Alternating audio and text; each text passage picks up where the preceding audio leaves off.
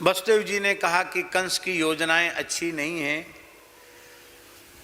बाल हत्याएं हो सकती हैं,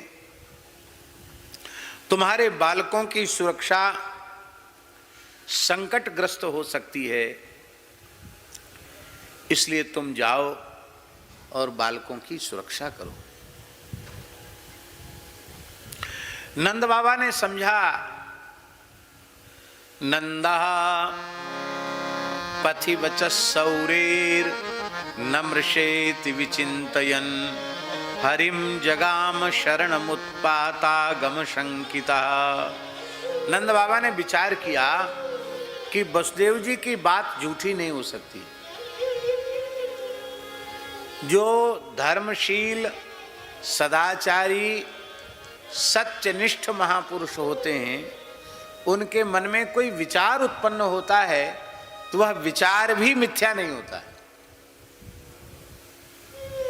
यहां तक कि साधना का एक स्तर महाराज जी ऐसा भी आ जाता है कि जहां साधक के स्वप्न भी सत्य होने लग जाते हैं। लोग कहते हैं स्वप्न तो झूठे हैं, पर जब सत्य की शक्ति बढ़ती चली जाती है तो ध्यान में जो आता वो सत्य होता है, चिंतन में जो आता वो सत्य होता है, और स्वप्न में जो आता है वो भी सत्य हो जाता है। स्वप्न में सत्य का अनुभव होने लग जाएगा, जबकि लोग कहते हैं स्वप्न झूठा है। स्वप्न में सत्य का अनुभव, क्योंकि उनके जीवन में सत्य की प्रतिष्ठा हो चुकी है। वसुदेव जी बड़े सत्यवादी हैं। अपनी 6 संतान उन्होंने कंस को दे दी। कितने बड़े सत्यवादी हैं। सत्य के पालन में कितना कष्ट सहा उन्होंने। कहीं ब्रज में उत्पात बढ़ न जाए, बालकों की सुरक्षा संकट में न पड़ जाए, इस बात का विचार करके श्री नंद बाबा को चिंता हुई। तो श्री सुखदेव जी कहते हैं, उस चिंता से व्याकुल नंद बाबा ने हरिम जगाम शरणम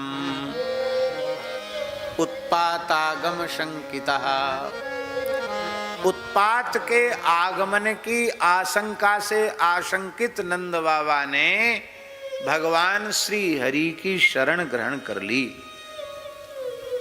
यह एक बहुत ऊंची बात है। हमारे जीवन में जब कभी भी कोई विकट से विकट परिस्थिति आवे और ऐसा समझ में आवे कि अभी समस्या का कोई समाधान मानवीय पुरुषार्थ से संभव नहीं है, तब आप भगवान की शरण हो जाइए। भगवान की शरण होते ही आपको सम्यक समाधान मिलेगा और संपूर्ण समाधान मिल जाएगा। संपूर्ण समाधान मिल जाएगा। शरण शब्द का अर्थ क्या होता है?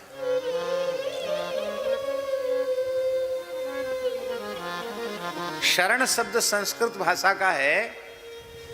शरण शब्द के 2 अर्थ कोश में लिखे हैं, शरणम ग्रह रक्षित्रोः। शरण शब्द का एक अर्थ है घर, और शरण शब्द का एक अर्थ है रक्षक। संपूर्ण जीवों का घर कौन है? घर माने आश्रय।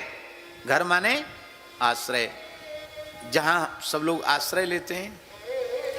घर का अर्थ है आश्रय। संपूर्ण जीवों का परमाश्रय कौन है? संपूर्ण जीवों का आश्रय परमात्मा है, भगवान है। इसलिए सबका घर भगवान और सबके रक्षक भी भगवान।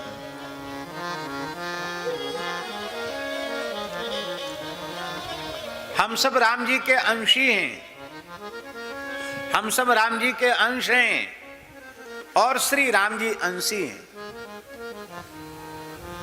हम सब भगवान के ही चरणों में थे, अब भगवान के ही चरणों में हैं,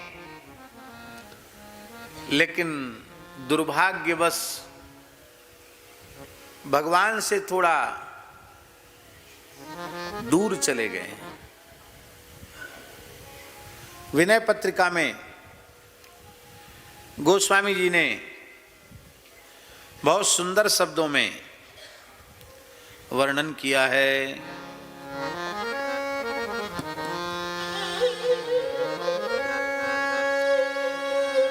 जीव जब ते हरि ते बिल गान्यो, जीव जब ते हरि ते बिल गान्यो, तब ते देगे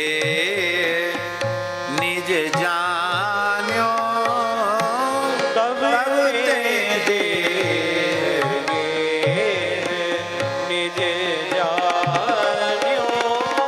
जब से इस जीव ने यह देह में हूं और उस देह से संबद्ध संसार मेरा है, मैं शरीर हूं और शरीर से संबद्ध संसार मेरा है, इस अज्ञान को जब से उसने स्वीकार किया तब से वह भगवान के चरणों से दूर हुआ। और इसी अज्ञान का नाम है माया।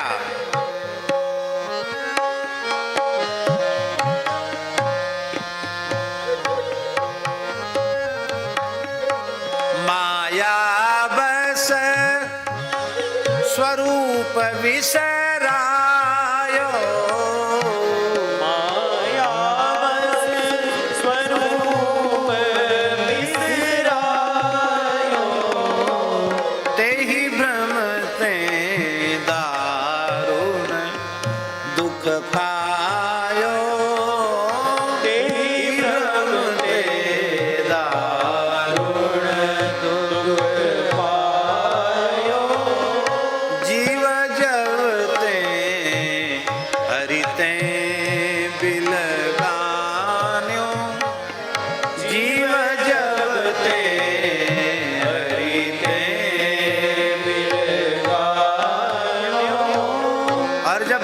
से दूर हुआ तो उसका क्या परिणाम हुआ?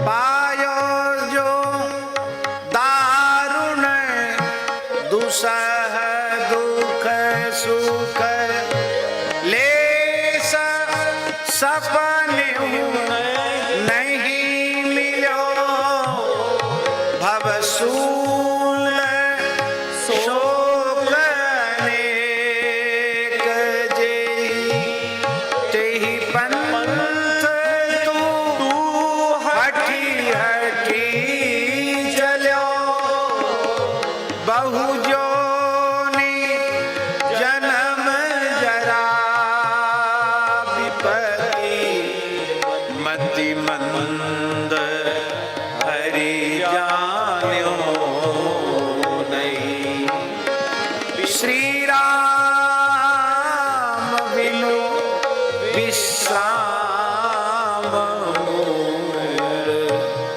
विचारो लखी पायो नहीं, जीव जब ते हरि ते बिल गान्यो, जब ते देगे निज जान्यो, तब ते देगे निज जान्यो। कितने योनियों में भटकना पड़ा, कितनी बार जन्म मृत्यु के चक्र में पड़ना पड़ा, विश्राम मिला नहीं मिला। 84 लाख नगरों की कितनी बार यात्रा की, अपने मूल घर को भूल गया। तब तक विश्राम नहीं मिलेगा जब तक अपने घर वापसी नहीं होगी। और हम सबका अंतिम घर क्या है? श्री रघुनाथ जी के चरण कमल। इसलिए श्री राम बिनु विश्राम, मूढ़ विचारु लखी पायो कहीं, श्री राम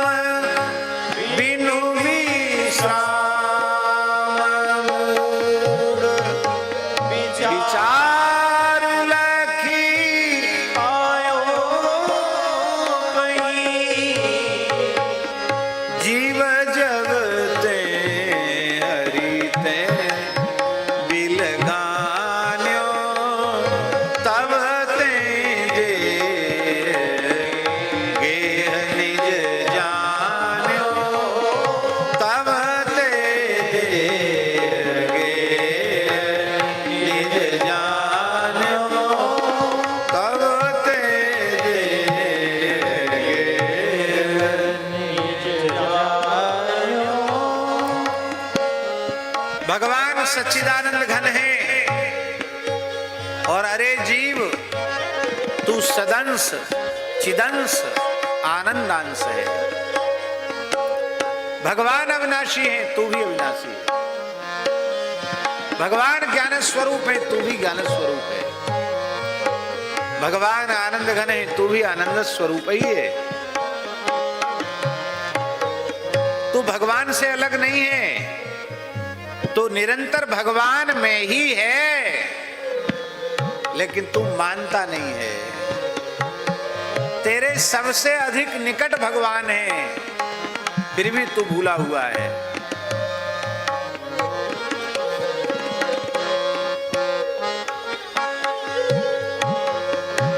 आनंद सिंधु मध्य तव बासा, आनंद सिंधु मध्य तव बासा, बिनु जाने कसी मरसी पियासा, बिनु जाने कसी मरसी पियासा, मृग भ्रम बारी सत्य जिय जानी, मृग भ्रमवारी सत्य जिय जानी, ताह तू मगन भयो सुख मानी, ताह तू मगन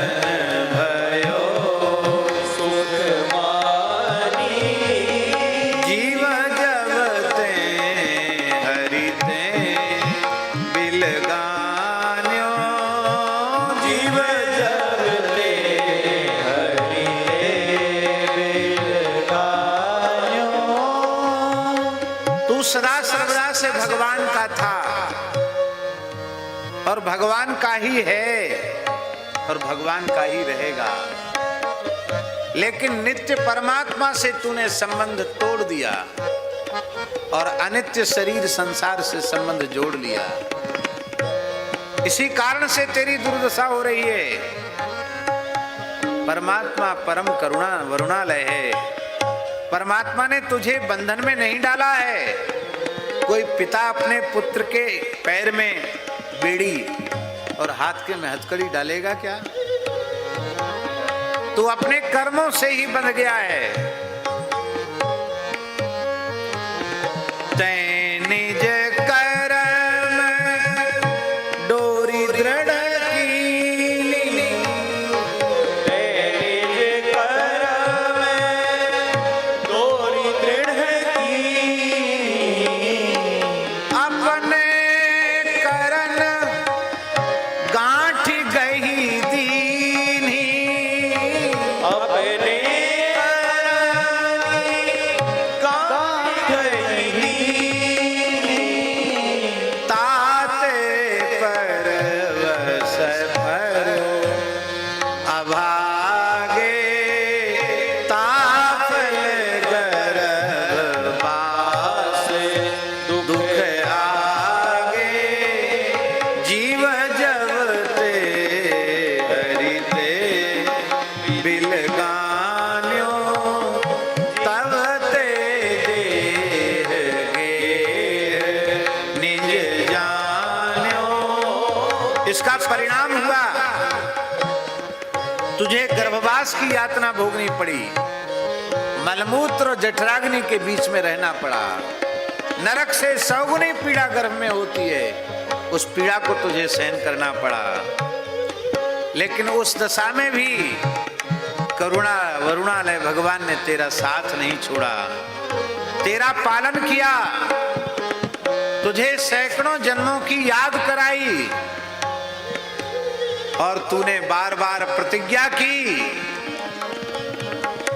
पुनि बहु विधि गलानी जिय मानी, अब जग जाए भजो चक्र पानी, ऐसे ही करी विचार चुप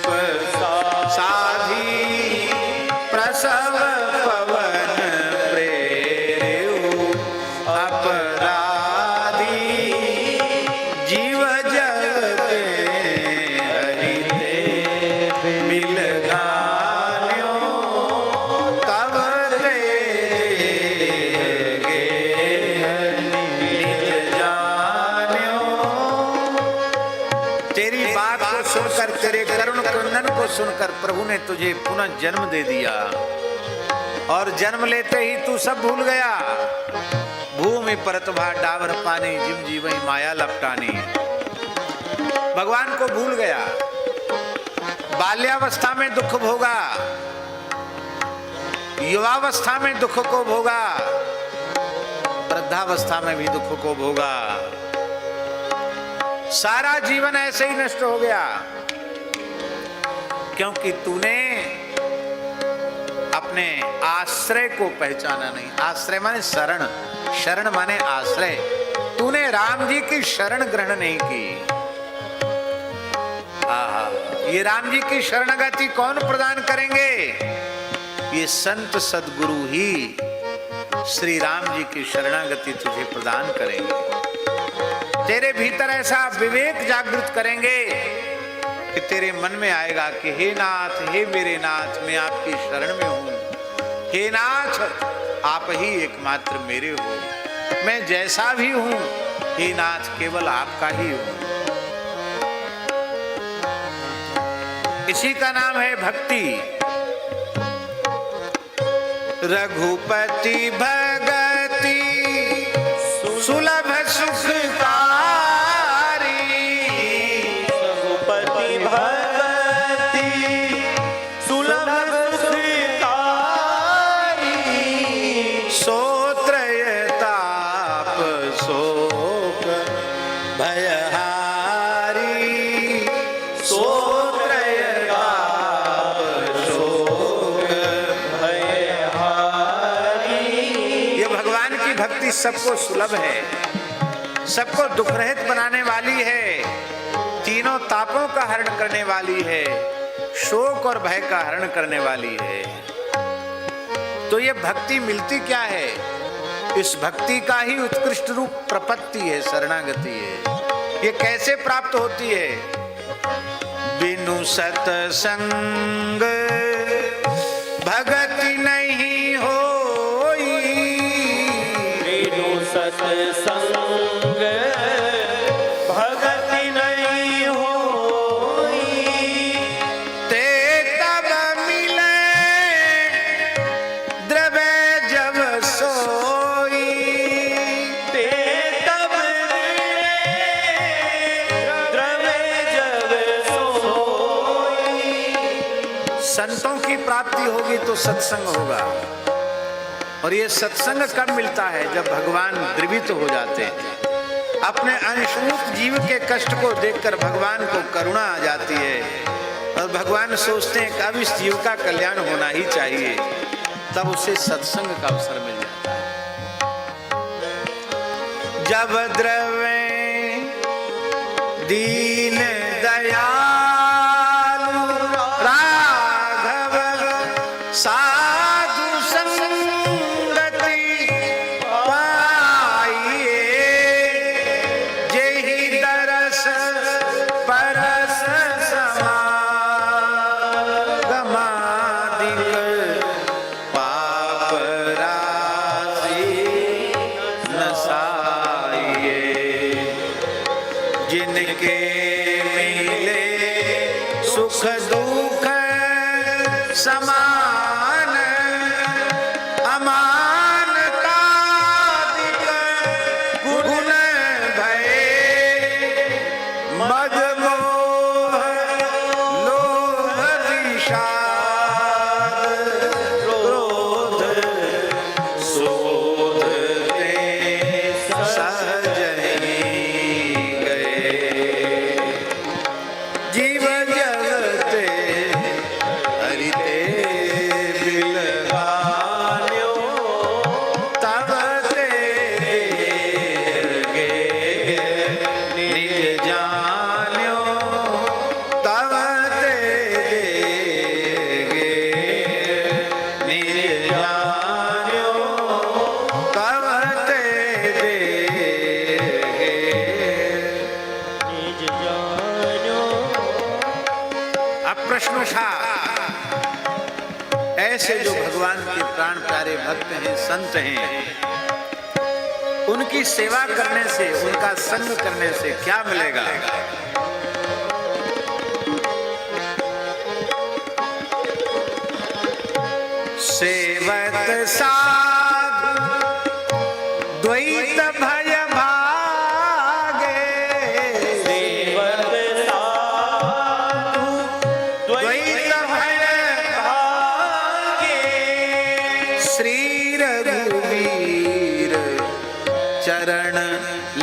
लागे श्री रघुवीर चरण लय लागे देह जनित विकार सब त्यागे देह जनित विकार सब त्यागे तब फिर निज स्वरूप अनुरागे तब फिर निज स्वरूप अनुरागे जीव जब ते हरिते बिलगान्यो जब ते देह गेह निज जान्यो जब ते देह गेह जानो संतों का संग करने से संतों की सेवा करने से द्वैत का भय चला जाएगा। भागवत जी में लिखा है जब तक द्वितीयाभिनिवेश है तब तक भय है। भयम द्वितीयाभिनिवेशतः स्यात्। अपने आप से किसी को डर नहीं लगता, दूसरे से भय लगता है। और जब संतों का संग करते करते जड़ चेतन जग जीव जत सकल राम मैं जान बंदऊं तिनके पद कमल सदा जोर जुगपान सो अनन्य जाके यस मति न टरे हनुमंत मैं सेवक सचराचर रूप स्वाम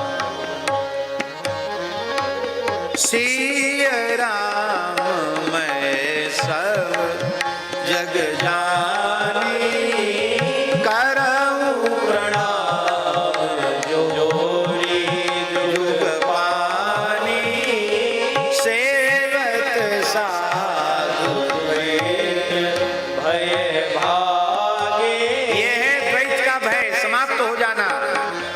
और फिर श्री राम जी के चरणों में लय लग जाएगी। जब लय लग जाएगी देह का अनुसंधान ही समाप्त हो जाएगा तो देह जनित विकार अपने आप समाप्त हो जाएंगे। जब तक देहानुसंधान है तब तक देहगत विकार है और जब उसकी विस्मृति हो गई तो देहगत विकार नहीं रह जाएंगे। ऐसा भगवान का भक्त जीवन मुक्त होकर भगवत स्वरूप होकर के असंग होकर के धरती पर विचरता है। वह केवल स्वयं पवित्र नहीं हो जाता है, केवल अपने कुल परिवार को पवित्र नहीं करता, केवल अपने गांव को पवित्र नहीं करता, केवल अपने देश को पवित्र नहीं करता, तब किसको पवित्र करता है?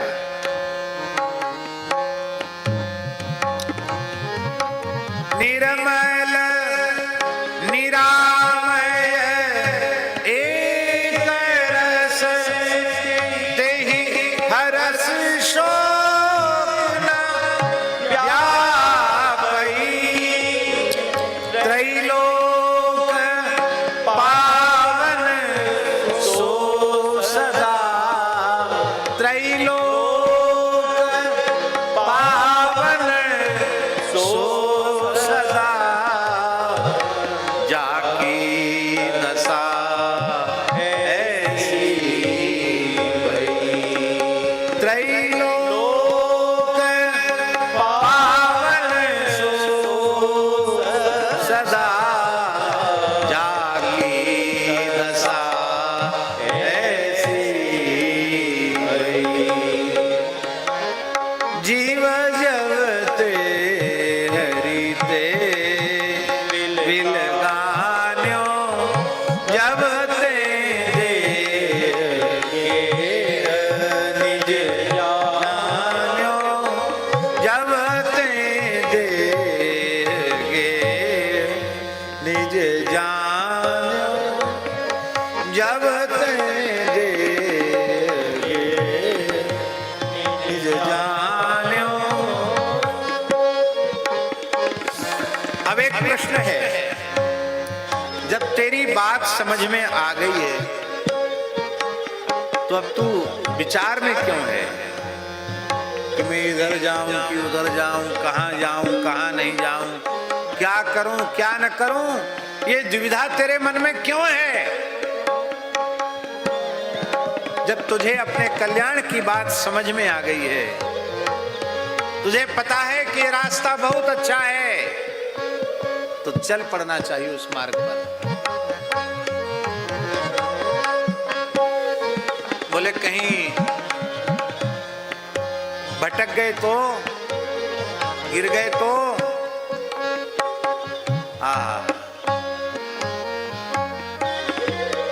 आप रास्ते पर चल रहे हैं, दौड़ रहे हैं और डगमगा गए, पैर फिसल गया, गिर गए, तो क्या पकड़ के उठेंगे? चंदा सूरज पकड़ के उठोगे? क्या पकड़ के उठोगे? भूमि को ही पकड़कर उसी का सहारा लेकर आप खड़े हो जाओगे। भगवान की प्राप्ति के पथ में भगवान ही जीव का आश्रय है, क्योंकि जीव भगवान की शरण में है, तो उन्हीं भगवान का आश्रय लेकर फिर खड़ा हो जाएगा, फिर तेजी से चल पड़ेगा, फिर दौड़ने लग जाएगा। यहाँ गिरना गिरने के लिए नहीं है, यहाँ गिरना भी तीव्र गति से चलकर पहुंचने के लिए। बहुत प्यारी बात।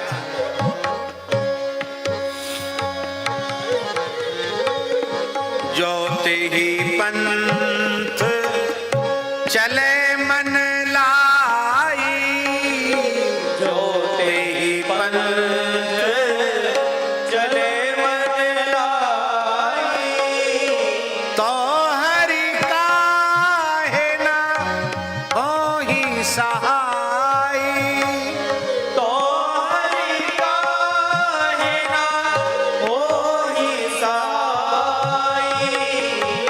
जो मार्ग श्रुति साधु दिखावे, जो मार्ग श्रुति साधु दिखावे, ते ही पथ चलत सवे सुख पावे, ते ही पथ चलत सवे सुख पावे। वेदों ने और संतों ने जो रास्ता दिखाया है, उस मार्ग पर चलो, तुम दुख रहित हो जाओगे।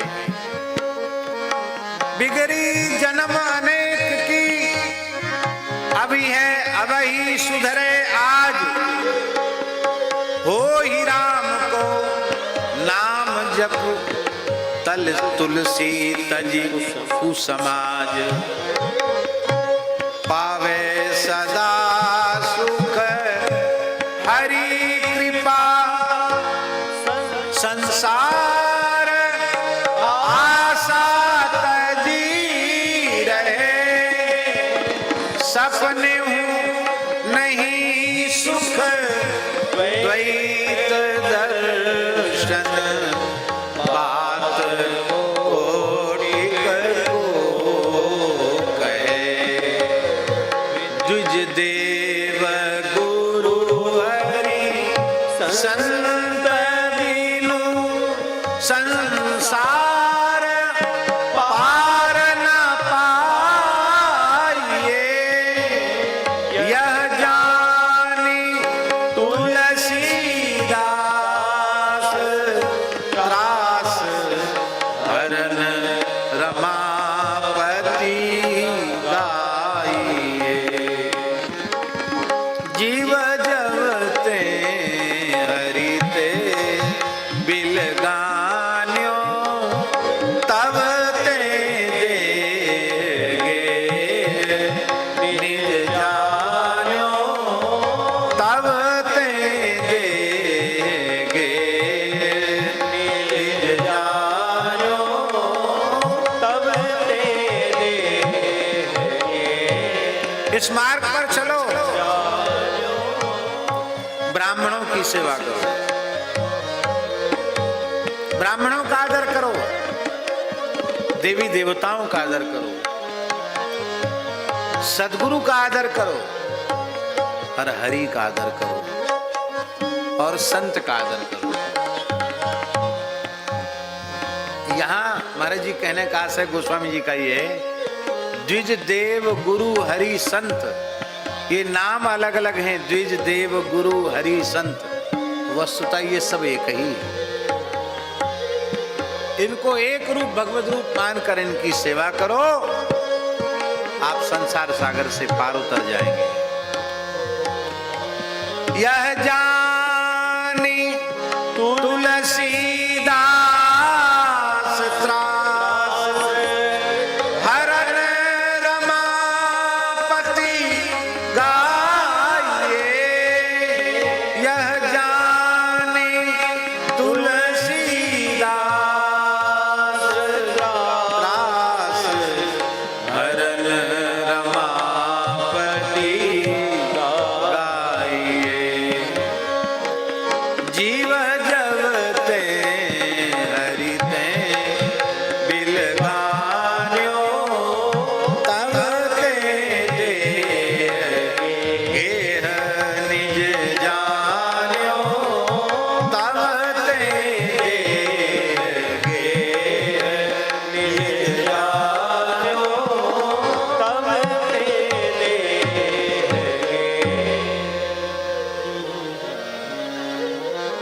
ये शरण शब्द का संक्षिप्त व्याख्यान है। शरण माने घर। जिस घर से हम चले थे, जब तक उसी घर में नहीं पहुंचेंगे तब तक हमारा अटकना भटकना बंद होने वाला। इसलिए शरणागति संपूर्ण समाधान। और दूसरा शरण शब्द का अर्थ है महाराज जी रक्षक, भगवान हमारे रक्षक। हाँ हाँ, क्या कहें, समय तो इधर उधर चला जाता है, लेकिन इतने प्यारे प्यारे संतों के भाव स्मरण में आते हैं। जब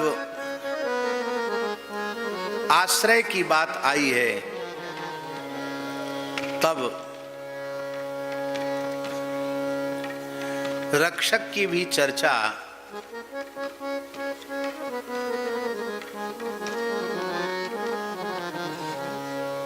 जरूर इसके संबंध में एक बक्सर वाले श्री मामा जी का, श्री नारायण दास जी भक्तमाली जी का एक पद है।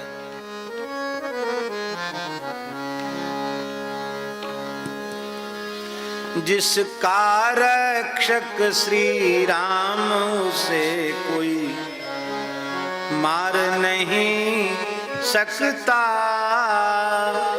प्रभु जगन्नाथ का दास जगत से हार नहीं सकता।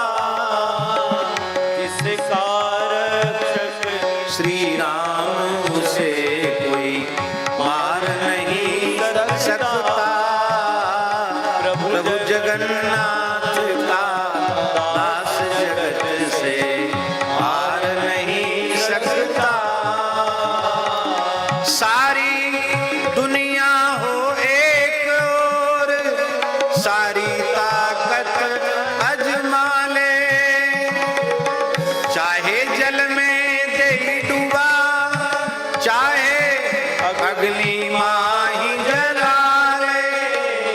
जिसे राम बनाए उसको कोई बिगाड़ नहीं सकता।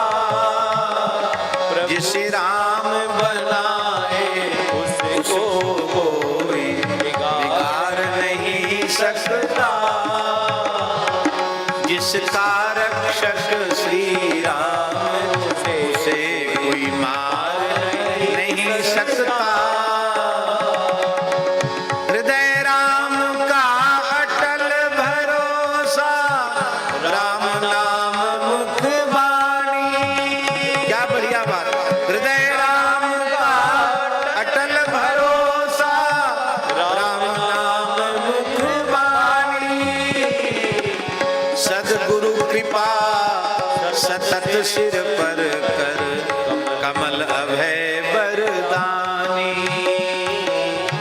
सद्गुरु कृपा सतत सिर पर कर कमल अभय बरदाई।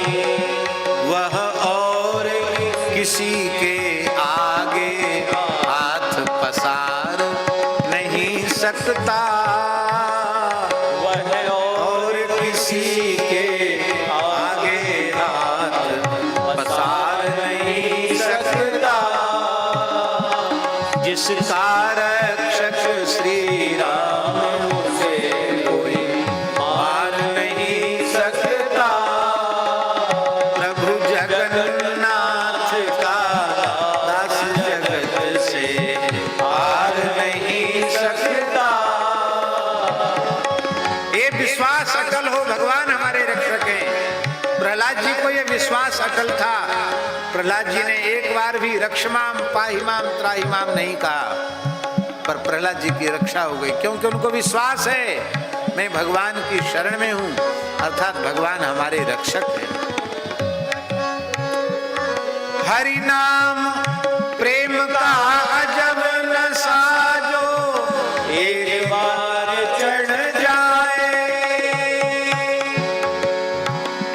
अंतर वैभव आनंद इंद्र ब्रह्मा से भी बढ़ जाए। कोई भैया जगत प्रलोभने से उतार नहीं सकता। जिसका रक्षक श्री राम उसे कोई मार नहीं सकता।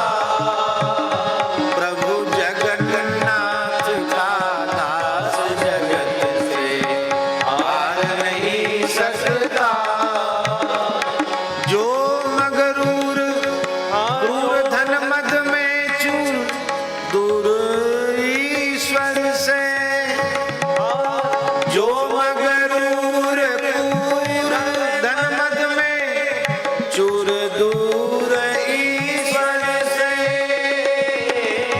नैया भंवर पड़ी अब कैसे निकले भवसागर से। बिनु नारायण प्रभु कृपा लगा कोई पार नहीं सकता। जिसका रक्षक श्री राम उसे कोई मार नहीं सकता। प्रभु जगन्नाथ का दास जगत से हार नहीं सकता। जिसका रक्षक श्री राम उसे कोई मार नहीं सकता। तो शरण शब्द के कितने अर्थ हुए? दो। एक अर्थ घर और एक अर्थ रक्षक। हम सबका घर कौन है? भगवान के चरण कमल, वही हम सबका अपना घर है। जब तक भगवान के चरणों तक नहीं पहुंचेंगे तब तक दुख निवृत्त होने वाला नहीं। अब ईमानदारी से विचार करो,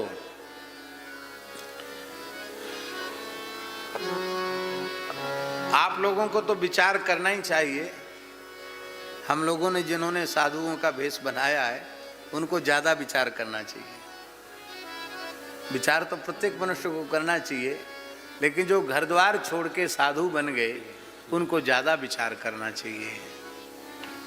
उनकी जिम्मेवारी ज्यादा है कि भगवान के चरणों की दिशा में आप कितने कदम बढ़े हैं। कहीं ऐसा तो नहीं कि ढाक के तीन पात जैसे पहले थे वैसे ही रह गए। कई बार तो महाराज जी ऐसा होता है कि आरंभ में जैसा त्याग वैराग्य होता वो भी जैसी आराम हो जाता, वो भी ठंडे बस्ते में चला जाता। ये लाभ हुआ कि हानि हुई? बहुत बड़ी हानि हुई, बहुत बड़ी हानि हुई।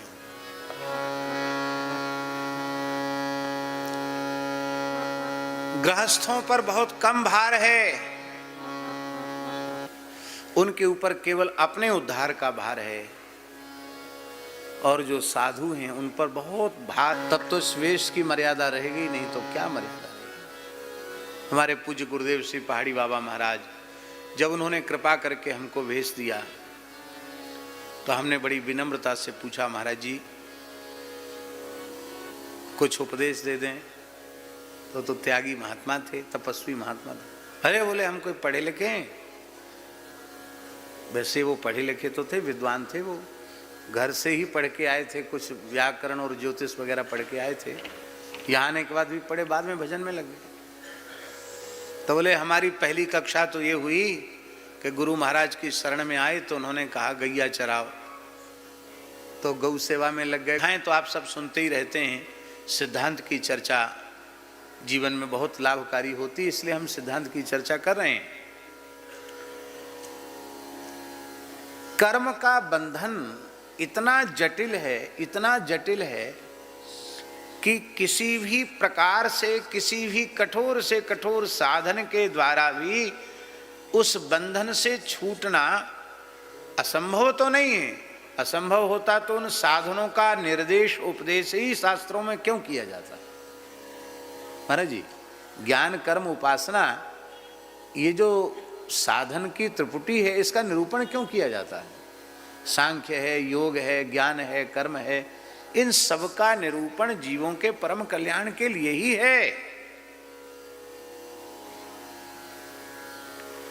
संभव नहीं है ये बात नहीं है। संभव नहीं, संभव होता तो उपदेश ही क्यों होता? पर हम जो बात कह रहे हैं उस पर बहुत ध्यान दें। इन साधनों में दोष है ऐसी बात नहीं है।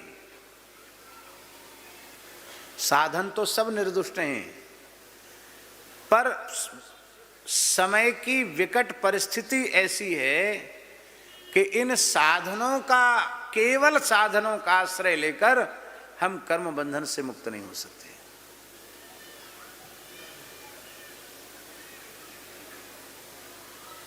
ज्ञान योग भी उदर पूर्ति का साधन बन जाता है, कर्म योग भी यश कीर्ति पद प्रतिष्ठा मान बढ़ाई की प्राप्ति का साधन बन जाता है। भक्ति योग भी भोगेच्छा की पूर्ति का साधन बन जाता है। भक्ति योग भी, नहीं समझे इस बात को? हमारी बेशा भक्त की है, संत की है, यही मान करके तो लोग हमको हलवा पूड़ी खीर मालपुआ खिलाते हैं, कपड़ा लत्ता देते हैं, भेंट दक्षिणा देते हैं, आदर सम्मान करते हैं। क्यों करते हैं? क्योंकि हमारी वेशभूषा प्रमाणित करती है कि ये भक्त हैं। तो हम वेशभूषा से भक्त हैं, पर वस्तुतः हमारे मन में भोगों के प्रति वैराग्य नहीं है। तो ये भक्ति की वेशभूषा भोग का साधन बन के रह जाएगी। अब आ गई बात समझ में?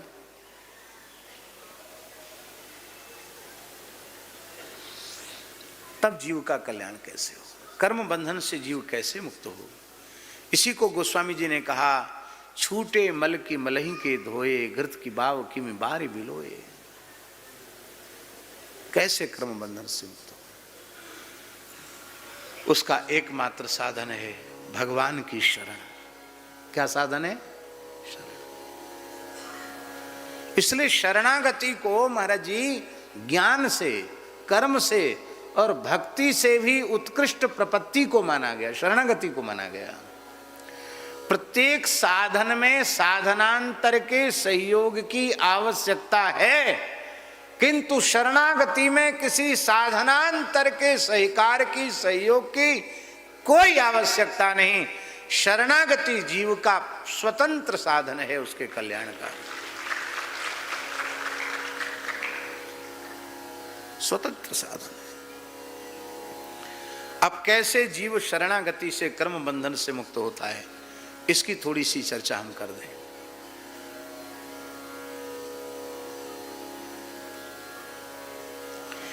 कर्म के 3 विभाग हैं, एक संचित, दूसरा क्रियमाण और तीसरा प्रारब्ध।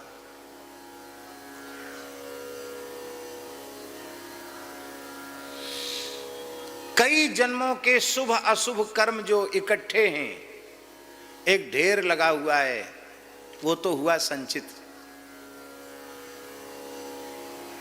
जो इस वर्तमान जन्म में भोगने के लिए शुभ अशुभ उस संचित में से एक अंश निकालकर इस वर्तमान जीवन में भोगने के लिए जो निश्चित हो चुका है वो है प्रारब्ध। और जो इस वर्तमान शरीर से हम शुभ अथवा अशुभ कर्म कर रहे हैं वह है क्रियमाण। अब होता क्या है महाराज जी, क्रियमाण कर्म संचित में जाता है और संचित कर्म से प्रारब्ध बनता है, फिर क्रियमाण संचित, फिर संचित से प्रारब्ध, फिर क्रियमाण संचित, फिर संचित से प्रारब्ध, बस यही चक्कर चलता रहता। क्रियमाण बंद होने नहीं है। नहीं कश्चित क्षणमपि जात तिष्ठत्य कर्म कृत, एक क्षण भी आप बिना कुछ किए रहोगे नहीं, कुछ ना कुछ तो करना पड़ेगा। या शुभ होगा या अशुभ होगा, या विहित कर्म होगा या निषिद्ध कर्म होगा, और वो क्रियमाण संचित में जाएगा और संचित से प्रारब्ध बनेगा। छुट्टी मिलेगी कभी? छुट्टी मिलनी होती तो मिल गई होती, ये जन्म ही नहीं होता, छुट्टी नहीं मिली। क्या उपाय है, क्या साधन है? सबसे पहले संचित नष्ट होना चाहिए। वो इतना बड़ा गोदाम है, इतना बड़ा गोदाम है, इतना बड़ा गोदाम है कि यदि ईमानदारी से उस पर विचार करो तो महाराज जी सुमेरु भी उसके सामने हल्का सिद्ध हो जाएगा। सुमेरु पर्वत कितना बड़ा है, लाखों योजन ऊंचा है सुमेरु, पर हमारी संचित पाप राशि इतनी अधिक है कि सुमेरु की ऊंचाई भी उसके सामने छोटी है।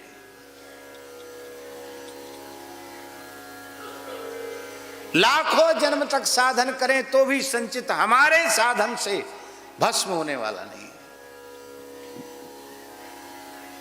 बिलपत्र चढ़ाते हो, रोज चढ़ाते हो, क्या बोलते हो? त्रिदलम त्रिगुणाकारम त्रिनेत्रम च त्रिधायुधम त्रिजन्म पाप संहारम बिल्वपत्रम शिवार्पणम। कितने जन्म? त्रिजन्म। अब तक 3 ही जन्म हुए हैं क्या?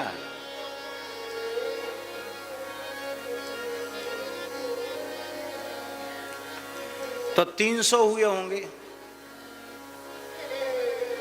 3000 हुए होंगे, 30,000 हुए होंगे, 3 लाख हुए होंगे, 3 करोड़ हुए होंगे। अरे नाराम जी, लाख करोड़ नहीं, असंख्यों जन्म हो चुके हैं, कोई गिनती नहीं।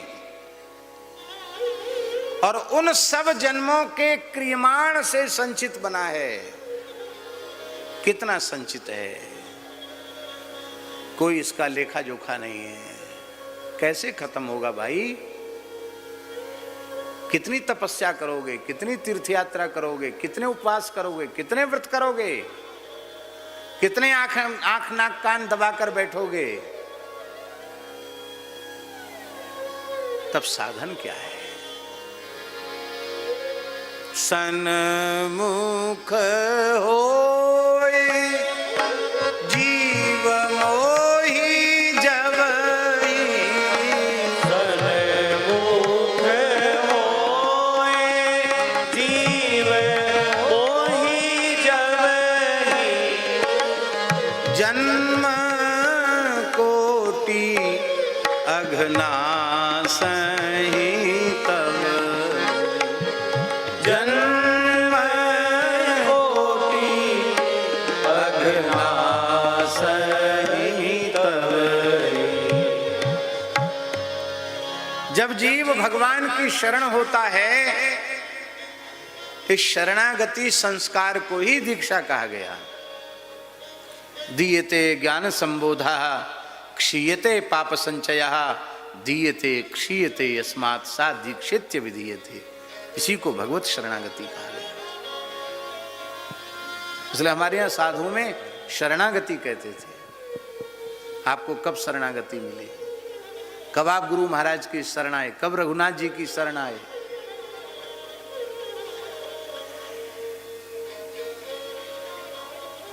बोले हम तो बहुत पापी हैं। अरे बने रहो। विश्वद्रोह कृत अघजे ही लागा, शरण गयो प्रभु तदपि न त्यागा। कोटि विप्र बध लागे जाऊ, आयु शरण तजऊ नहीं ताऊ। परवाह मत करो, हो जाओ राम जी के शरण। सकृत एव प्रपन्नाय तवास्मीति च याचते, अभयं सर्वभूतेभ्यो ददाम्ये तद्व्रतं मम।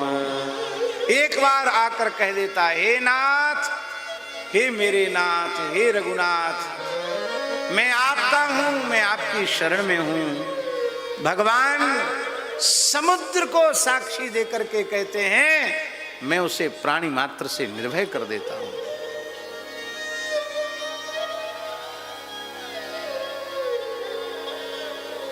संचित भस्म हो गया। शरणागति से संचित भस्म हो गया, बहुत बड़ी समस्या का समाधान हो गया। लो जो लाखों जन्मों की तपस्या से, यज्ञ से, तीर्थ यात्रा से संभव नहीं था, वो केवल भगवत शरणागति से हो गया। अब महाराज जी बचा क्या? अब बचा क्रियमाण। क्रियमाण होगा तो संचित बनता रहेगा, पर भगवत शरणागत होने के बाद महाराज जी क्रियमाण पवित्र हो जाता है। कैसे होता है? जब तक जीव भगवत शरण नहीं हुआ था, तब तक तो अपने इच्छा की, वासना की, सुख की, स्वार्थ की पूर्ति के लिए वो कर्म में प्रवृत्त हो रहा था। और अब जब भगवदीय जीव हो गया, भगवत शरणागत हो गया, तो अनुकूल्य से संकल्प, प्रातिकूल्य से वर्जनम। अनुकूलता का संकल्प कर लिया, प्रतिकूलता का त्याग कर दिया। निषिद्ध कर्म तो उससे बनेंगे नहीं, और जो करने की आज्ञा हरि गुरु संत देते हैं वो काम बनेंगे। वो भी कर्तापने के अहंकार से मुक्त होकर बनेंगे। वैष्णव महाराज जी जब करता है तो वह समझता है कि मैं करता नहीं हूं, करता राम जी हैं और कारयिता भी राम जी हैं। करने वाले भी राम जी और कराने वाले भी राम जी। और करने के बाद कर्तापने के अहंकार से मुक्त होकर करता है, विहित कर्म करता है, भगवान की प्रसन्नता के लिए करता है, और करने के बाद श्री सीता रामचंद्रार्पणमस्तु, श्री राधा कृष्णार्पणमस्तु, श्री लक्ष्मी नारायणार्पणमस्तु। जो भी अपने आराध्य उपास्य हैं उनके चरणों में उसको निवेदित कर देता है। अब क्रियमाण संचित में जाना, संचित खत्म हो गया, अब क्रियमाण संचित में जाना नहीं है, वो पूरा का पूरा राम जी के चरणों में चला गया। अब बचा क्या? केवल इस देह का प्रारब्ध बचा, केवल इस देह का प्रारब्ध बचा। और उस प्रारब्ध का समाधान कैसे होगा?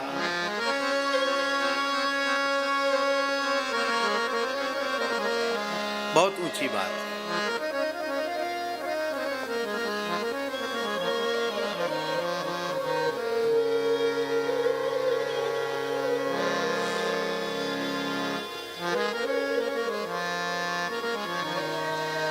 प्रारब्ध का भोग भक्त कैसे करता है?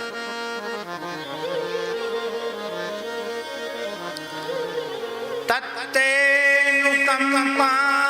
सुसमीक्ष्यमाणो, तत्तेनुकंपां सुसमीक्ष्यमाणो, भुञ्जान एवात्मकृतं विपाकम्, भुञ्जानेवात्मकृतं विपाकम्, हृदवाग्वपुर्भिर्विदधन् नमस्ते, हृदवाग्वपुर्भिर्विदधन् नमस्ते, जीवेतयो मुक्तिपदे सदा, जीवेतयो मुक्तिपदे सदाय।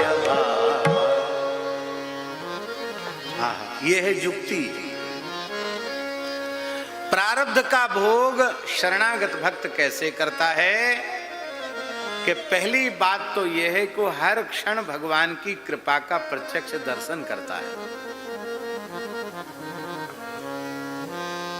तत्तेनुकंपाम सुसमीक्षमाण, अनुकूल से अनुकूल परिस्थिति में कृपा का दर्शन, अप्रतिकूल से प्रतिकूल परिस्थिति में भी कृपा का दर्शन करता है। और भगवान की कृपा का दर्शन जब करने लग जाता है तो परिस्थिति अभिशाप नहीं बनती है, फिर परिस्थिति विषाद और अवसाद को नहीं देती है। प्रतिकूल परिस्थिति हमारे जीवन का प्रसाद बन जाती है। प्रसादस्तु प्रसन्नता, पूरी दुनिया के सामने एक बहुत भयंकर परिस्थिति आई। उस परिस्थिति का नाम था कोरोना। परिस्थिति भले ही हल्की हो, पर वैज्ञानिकों ने, पढ़े लिखे लोगों ने, डॉक्टरों ने इतना बड़ा हवा खड़ा कर दिया कि कितने लोग तो बिना बीमारी के हवा से ही खत्म हो गए। भैया तुम्हें कोरोना, उसका बेचारे का हार्ट फेल हो गया, अरे कोरोना हो गया, मरे, अब तो मरे, अब कोई बचाने वाला नहीं। एक बहुत बड़े वक्ता हैं, नाम हम नहीं लेंगे, उन्होंने कहा महाराज कोरोना ने बड़े बड़े गृहस्थ पंडितों को भी वैराग्य दे दिया। उनके कैसे? बोले बताओ, हमारी ब्राह्मणी पतिव्रता है, इसमें कोई संदेह नहीं है, लेकिन थोड़ा सा आशंका हुई कि कुछ लक्षण हैं, क्या नेगेटिव कहते, पॉजिटिव, क्या पॉजिटिव, तो बोले हमको क्या कहते थे वो घर में क्वारंटाइन, बोले कमरे में हम रह गए, अटैच कमरा था, तो हमारी गृहिणी भोजन की थाली लेके भीतर तक नहीं जाती थी डर के मारे, कहीं मैं न संक्रमित हो जाऊं। क्या करती, भोजन रख के और दरवाजे से था एक धक्का देती, थाली भीतर तक खिसक के चली जाए। हे भैया, हरि प्रियतमा, इस प्रकार का प्रतिकूल व्यवहार तुम्हारे द्वारा मन में आता था कि ये जिसको संसारी लोग प्रियतमा और प्रियतम कहते हैं, प्रियतमा का प्रीतम के साथ ऐसा व्यवहार। पर महाराज क्या कहें, गृहस्थी का चक्कर ही इतना खराब है। बोले इतना होने के बाद जैसे ही कोरोना खत्म हुआ, सब खत्म हो गया, सब बैरक ठंडा पड़ गया।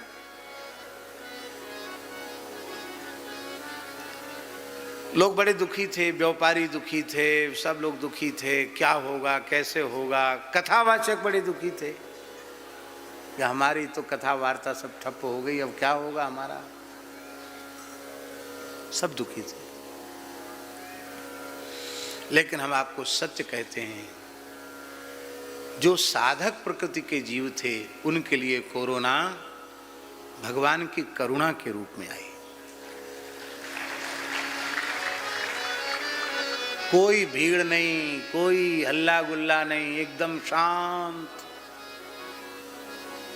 आराम से समय से प्रसाद पालो, समय से सो जाओ, खूब माला फेरो, खूब पाठ करो, खूब पूजा करो। और हमारा तो महाराज जी कोरोना काल इतना बढ़िया हुआ, जब कोटा के पास एक जगह है सुरतानपुर, वहाँ कथा थी गौशाला में, उसमें कोरोना आ गया था। बड़ी कथा थी, यहाँ तो उपस्थिति बहुत कम है, बड़ी संख्या में लोगों की उपस्थिति थी। अब वो भगवान की बड़ी दया, वो जो एसपी वहाँ के थे वो भी कथा के रसिक थे, भक्त थे, तो उन्होंने विचारों ने सरकारी आदेश होने पर भी उन्होंने कथा में खलल नहीं डाला, ना कलेक्टर ने ना एसपी ने, किसी ने कथा में बाधा उपस्थित नहीं की। लेकिन जब केस बढ़ने लग गए कोटा में, तब उन पर दबाव आया कि वहाँ तो इतने हजारों लोग इकट्ठे हो रहे हैं, तो फिर उन्होंने हमसे कहा, आप थे उसमें, ये थे सीताशरण जी थे, तो उन्होंने हमको संदेश आया, बोले महाराज जी 6 दिन तक तो हो गए, लेकिन अब 7वें दिन तो बिल्कुल कल से पूर्ण लॉकडाउन हो जाएगा, आने जाने में भी कठिनाई होगी, इसलिए कल भोर में सवेरे 4 बजे से 5 बजे 1 घंटा कथा कर लेना, 7 दिन का नियम पूरा हो जाएगा। मैं हमको नियम पूरा नहीं करना है, हम 6ठे दिन ही 7वें दिन की कथा कह देते हैं, और फिर उसी कथा को थोड़ा सा और लंबा कर दिया, 7 उसी को मान लिया, 6 दिन को ही 7 दिन मान लिया। और जिनके यहाँ रुके थे, नया मकान बना, तुम थे साथ में, तुम नहीं थे, हाँ। जहाँ रुके थे नया घर था, उन लोगों का मन था कि रात में कहाँ जाओगे, मैंने कहा हम तो रात में ही जाएंगे, रात में ही हम लोग निकल गए। कुछ महात्मा थे, बोले नहीं रात में नहीं जाएंगे, जो नहीं गए महाराज वो उनको फिर रही गए वहाँ, वो नहीं जा पाए, और हम लोग रात भर में चले, सवेरे वृंदावन पहुँचे, पता चले पूर्ण लॉकडाउन, को आना जाना बंद। सबसे बड़ी सुविधा तो ये हुई कि पूर्व निश्चित सारे कार्यक्रम जय सिया राम सब बंद हो गए। अब क्या करें? तो कुछ संतों ने, श्री अयोध्या जी के संतों ने, चित्रकूट के संतों ने आग्रह किया था कि आपने राजकोट में संकीर्तन मंदिर में 10 दिन विनय पत्रिका पर प्रवचन किया था। यद्यपि वह केवल 10 दिन का प्रवचन था, लेकिन उससे लोगों को बहुत लाभ हुआ। आप कभी क्रमशः विनय पत्रिका के ऊपर बोले। तो हमने सोचा ये तो बहुत बढ़िया, भगवान ने अवसर दे दिया।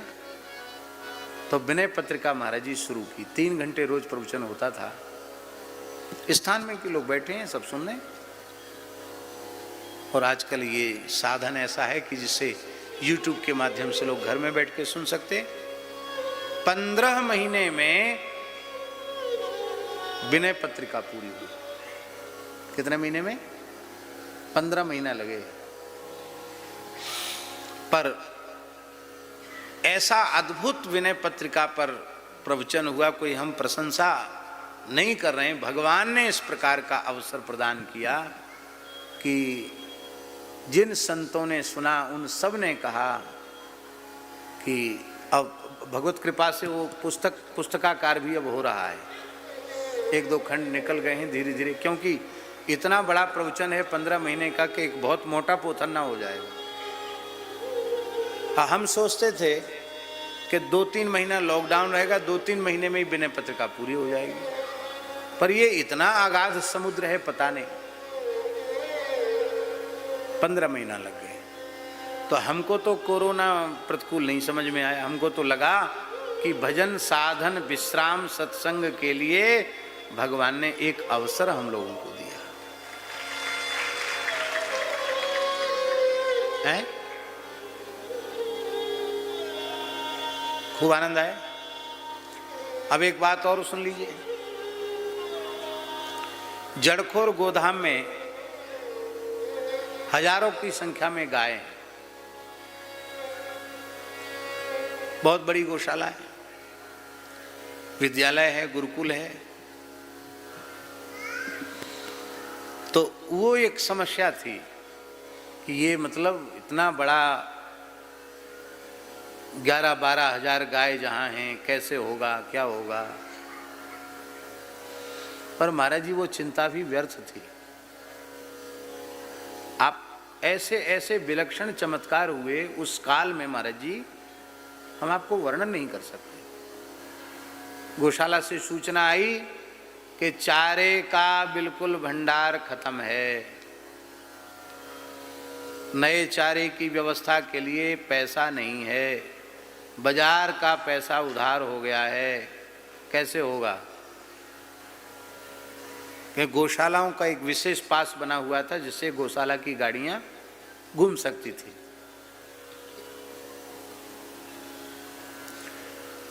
शाम को हमारे पास सूचना आई, ऐसी परिस्थिति है, क्या होगा। तो हमने कहा कोई बात चिंता मत करो, जिनकी गैया है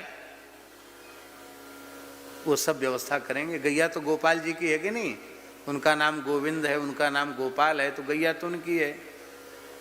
ये है कि गैया भूखी रहेगी तो हम भूखे रहेंगे, और क्या है, भगवान व्यवस्था करेंगे। आपको सुनकर आश्चर्य होगा, एक अपरिचित व्यक्ति हैदराबाद से आए। हमने जिनको कभी नहीं देखा और उन्होंने भी हमको कभी नहीं देखा, पर पता नहीं उनके मन में क्या प्रेरणा जगी। उनके मन में आया कि महाराज की गौशाला, कभी कथा सुनते होंगे यूट्यूब के माध्यम से, तो इस समय कोरोना के काल में गायों की क्या स्थिति होगी।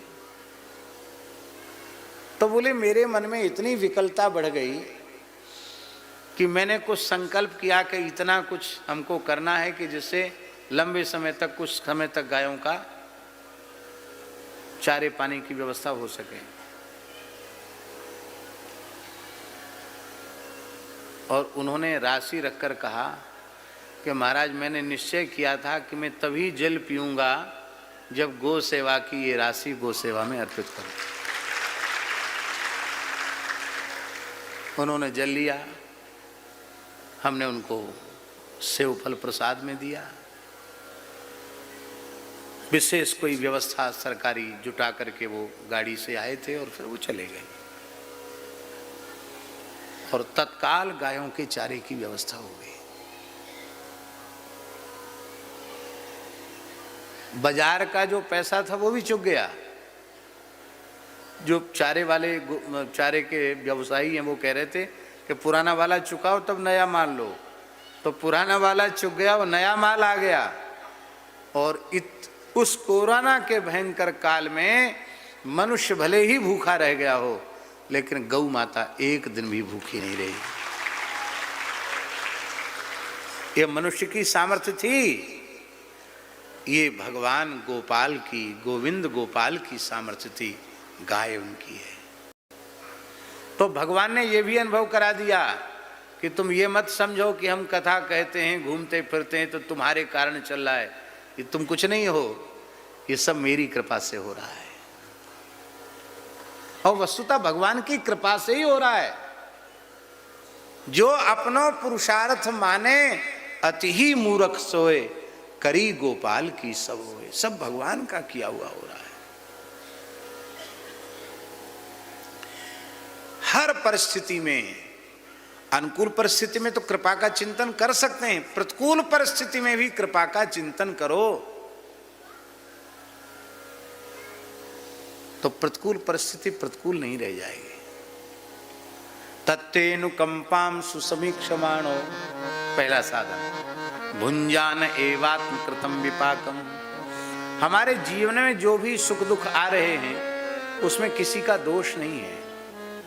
हमने जो बोया था उसी को हम काट रहे हैं, तो ये भोग से ही इसका क्षय होगा। ना भुक्तम क्षीयते कर्म कल्प कोटि शतैरपि। जब भोग से ही क्षय होगा तो अच्छा है, हमारा खाता खत्म हो रहा है, संचित तो खत्म हो ही गया, क्रिमाण भी अब होना नहीं रहा, प्रारब्ध इसका भी खाता कट रहा है। भगवान की बड़ी दया। तीसरा साधन, हृदवाग बपुर्भिर विदधन नमस्ते। हृदय से, वाणी से, शरीर से भगवान को, भगवान की विभूतियों को प्रणाम करते हैं। गौ को, ब्राह्मण को, संत को, अतिथि को, गुरु को, गोविंद को, तुलसी को, पीपल को, जो भी भगवत विभूति हैं उनको भगवत भाव से प्रणाम करते हैं, तो उनका प्रारब्ध भी प्रसाद बन जाता है और वे सहज ही भोग लेते हैं। अब हमारे शरीर की जितनी आयु है उतना प्रारब्ध तो संतों के चरणों में हंस खेल के बीत गया। अब ठिकाना है कितना जीवन है, कब कौन चला जाएगा कोई पता है। जब ये इतना प्रारब्ध भगवत कृपा से सुख पूर्वक भोग लिया, 50 साल का, 55 साल का प्रारब्ध भोग लिया, तो बचा खुचा जो भी समय होगा वो भी राम जी की दया से, हरि गुरु संतों की कृपा से उसको भी भोग लिया जाएगा। इसकी चिंता की आवश्यकता नहीं है। अब रहा कर्म बंधन, बोलो नहीं रहा। ये शरणागति से संपूर्ण समाधान है और सम्यक समाधान है। कर्म बंधन से मुक्ति केवल शरणागति से हो सकती है। इसलिए बार बार ये चिंतन करना, श्री राम शरणम समस्त जगताम रामम बिना का गति, रामेण प्रतिहन्यते कलिमलम रामाय कार्यम नमः, रामात्रस्यति काल भीम भुजगो रामस्य सर्वं वशे, रामे भक्तिरखंडिता भवतु मे रामत्वमेवाश्रयः।